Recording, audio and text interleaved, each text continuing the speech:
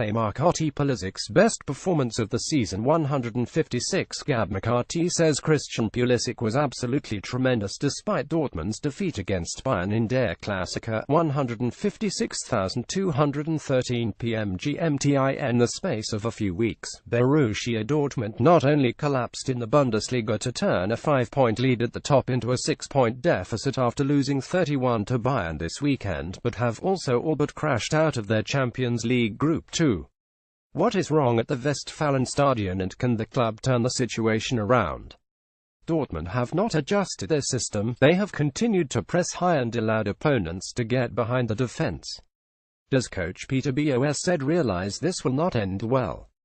Joining Dortmund after Thomas Tuchel's inevitable departure this summer, the Dutchman had not been the club's first choice on a list which reportedly contained Hoffenheim's Julian Nagelsmann and Lucien Favre of Nice.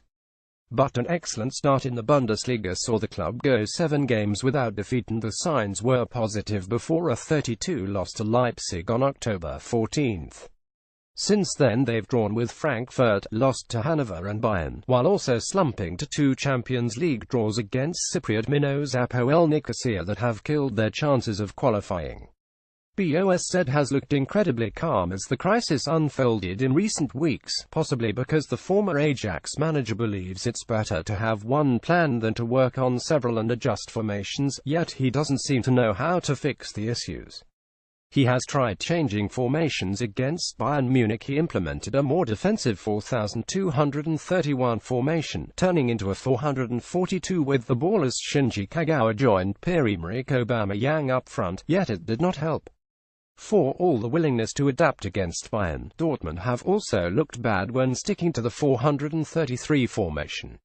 Holding midfielder Julian Weigl is forced to play in an uncomfortable role higher up the pitch, and Aubameyang is robbed of his main weapon, his speed, with not much pitch left to exploit between him and the goal. You mentioned the defense. How can a team concede 12 goals in only 4 games after letting in just 2 in 7? Dortmund have struggled with injuries, especially in defense. Dan Axel Zagadou, 18, has been played as a makeshift left-back with both Marcel Schmelzer and Rafael Guerreiro out. And in central defense, Bosz has put together several pairings and left them to chase opponents on the counter, which has resulted in red cards for Sokratis Papastathopoulos against Leipzig, and Zagadou against Hanover. Summer signing Omar Toprak has yet to show why he cost €12 million this summer, and Spain international Marc Bartra has been shifted to right back to cover for veteran Lukasz Piszczek, who is out for the year with a knee injury. Jeremy Toljan, another summer signing, has not given any indication he should be starting regularly, while Neven Subotic, returned to the starting formation at Frankfurt, has barely had a chance as Bosz has put no trust in his abilities. Without a stable back four, it's easy to see why goals are going in. Omar Toprak, Alex Grimbong at Getty Imagery. This might explain why BVB have conceded goals against the likes of Leipzig, Real, Tottenham and Bayern, but surely they must able to beat a side like Apoel. And anyway, what is wrong with Aubameyang? Dortmund needed just over 6 shots per goal during the flying start to the season, but efficiency has dropped and they now average 8.6 shots per goal. They only convert 25% of their chances, and Dortmund have struggled to create much in recent games, which they have also shown themselves to be over-reliant on Aubameyang's goal scoring.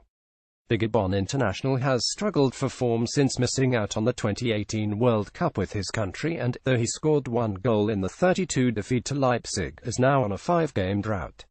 He was rested for the cup match against Magdeburg, where 18-year-old Alexander Isak made a case for himself when scoring 1 and assisting another, but Bosz has yet to hand the young Swede another chance on the pitch. Behind the central attackers, only Christian Pulisic has demonstrated he is willing to go into one-on-one situations to tear open the defensive lines. Mario Götze no longer looks for those situations and models his game after Barcelona star Andres Iniesta. These days Gonzalo Castro and Shinji Kagawa can help the team on a good day, but they are rare. New signing Andriy Yarmolenko is struggling after a good start. Maximilian Philipp too. So there's little creativity beyond the 19-year-old American. So Dortmund lack quality. That's right. Dortmund's transfer philosophy in recent years has not helped the club. While turning themselves into a go-to club for young talents from all over Europe, things are not as rosy as they have been painted.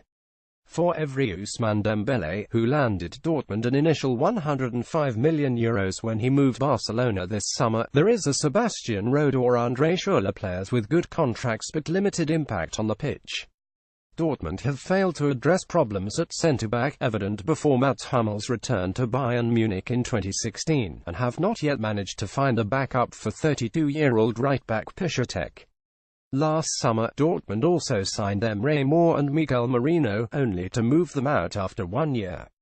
They're just two examples of youngsters struggling to break into the squad on a permanent basis, and with Isaac, a €9 million signing in January, the club could be running into a similar situation again. Something has to change.